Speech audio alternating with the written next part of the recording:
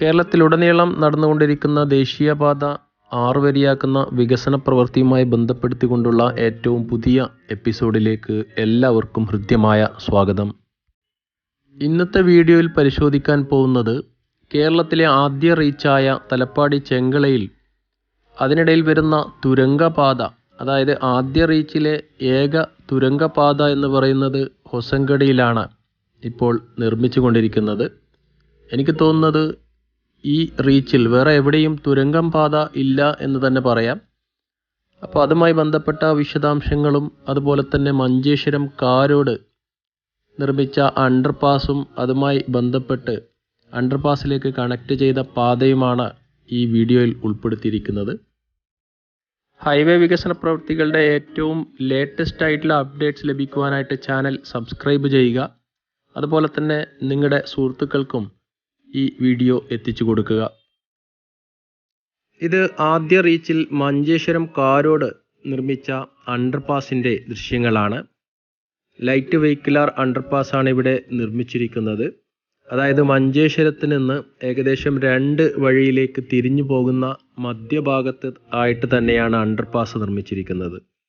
ഇവിടെ മഞ്ചേശ്വരം ബീച്ചിലേക്കും മറ്റും പോകുവാനായിട്ട് ഇതുവഴി ഈ അണ്ടർപാസിനകത്തുകൂടി യാത്ര ചെയ്യാൻ സാധിക്കുന്നതാണ്. അതിന് തൊട്ടടുത്തുള്ള റോഡ് അണ്ടർപാസിലേക്ക് കണക്ട് ചെയ്തിരിക്കുകയാണ് ബ്രിക്സ് വെച്ച് ഏറ്റവും ഉയരത്തിൽ.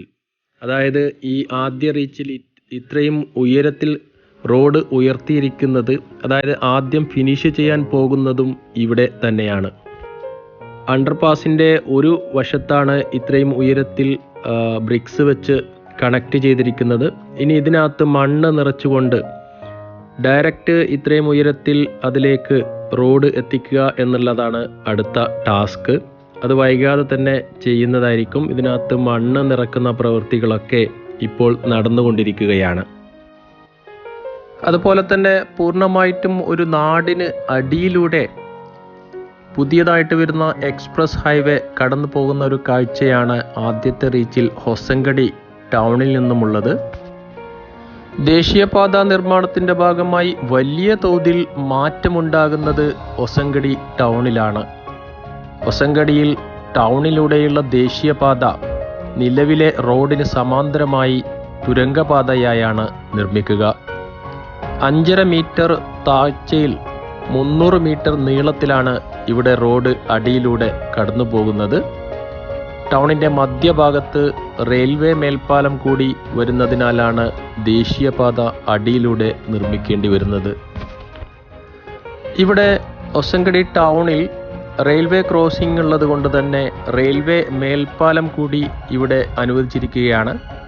അങ്ങനെ റെയിൽവേ മേൽപ്പാലം വരുമ്പോൾ ഉയരം വീണ്ടും കൂടുമെന്നതിനാലാണ് ദേശീയപാത അടിയിലൂടെ നിർമ്മിക്കാൻ ഉദ്ദേശിച്ചത്. മുകളിൽ മേൽപ്പാലവും കൂടി വന്നാൽ ഹൊസങ്കടി ടൗണിലെ ഗതാഗതക്കുരുക്ക് ഏകദേശം കുറയുന്നതായിരിക്കും. ഇതുപോലെ തന്നെ കാസർഗോഡ് ജില്ലയിൽ 2ാമത്തെ റീച്ചിനിടയിൽ പല ഭാഗത്തും തുരങ്കപാത വരാനുള്ള സാധ്യതയും ഏറെയാണ്. വളരെയേറെ കൂർത്ത വളവുകളും കയറ്റിറക്കങ്ങളുമുള്ള ഒരു റീച്ചാണ് 2ാമത്തെ റീച്ച് എന്ന് പറയുന്ന ചെങ്കള നീലേശ്വരം റീച്ച്. എന്തായാലും കർണാടകയിലേക്ക് യാത്ര ചെയ്യുമ്പോൾ ഹൊസങ്കടിയിലൂടെ കടന്നു പോകുമ്പോൾ തുരങ്കപാതയിലൂടെയുള്ള യാത്ര ഒരു പുതിയ